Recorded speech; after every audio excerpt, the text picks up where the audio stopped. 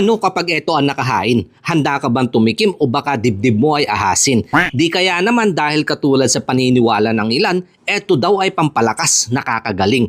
Pero bago mo sagutin, ituloy mong panoorin. Alamin kung paano sa kusina ito'y nakarating. 2 piraso halos gabraso. Sa kulay di mo alam kung matutuwa o kakabahan. Mataas ang reputasyon sa kamandag kinatatakutan. Kaya kahit wala ng ulo takot akong hawakan. Andyan sila dahil may ambag sa kalikasan. Ang tanong, bakit sila pinugutan?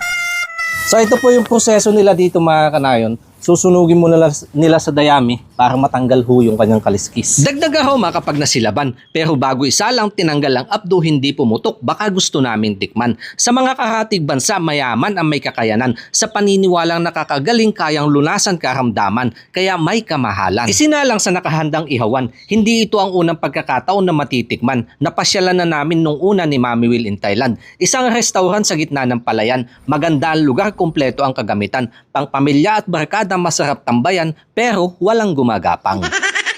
Dito kami na malagi ng ilang araw at mga kaibigan gustong masubukan. Mabait ang may-ari, kami ay pinagbigyan. Pinaliwanag sa aming mga katanungan. May ilan lang na pwedeng bigyan ng permit para magkatay. Pero maliban sa espisi ng king cobra, mahigpit na pinagbabawal. At yung niluluto nila dito ay mga pwedeng makaaksidente sa mga magsasaka huli sa palayan. Hinango kinaliskisan pero padilim na ng mga oras na yan, kaya ang suggest sa amin yung stock na lang daw ang kanilang ihahain. Sa detalyadong paraan ng pagluluto, silipin itong unang upload ko. Kaya dito na agad tayo sa tikiman ng abdo. Baka sa isang kalabit kaya pang makatatlo. At kung ano naman ang lasa nito. In-advise nga po sa amin na samahan daw ng alak. Ito naman po yung brand nila dito sa Thailand na rice wine.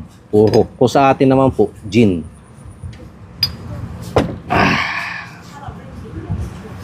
Abdo ng cobra. Obwa.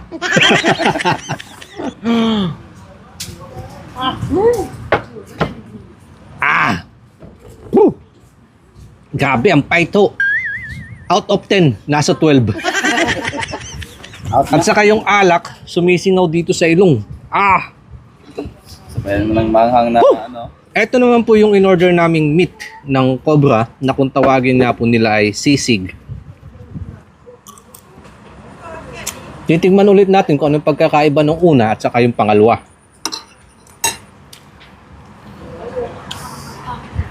May karne siya. Pero hindi mo na humadistinguish yung lasa ng karne dahil sa mga spices at herbs na nilagay nila, yun dahon, paminta. Number 1, yung anghang. Grabe. Nakita nyo po yung sandok kong ganon. Umakyat hanggang dito. Sa tainga yung anghang. Hindi mo na siya may enjoy. Kung ako ang tatanungin mo hindi mo na may enjoy yung lasa niya. Hindi po katulad sa atin. Pero hindi ko naman ina-advise yung panguhuli. Ito pong pinuntahan namin, uulitin ko, mayroon silang permit na mag-serve po ng gantong cobra. Grabe. Ang init na ang pait. Parang sinusunog yung bibig. Kung ako tatanungin, hindi siya advisable sa ulam. Masarap lang po siya pampulutan.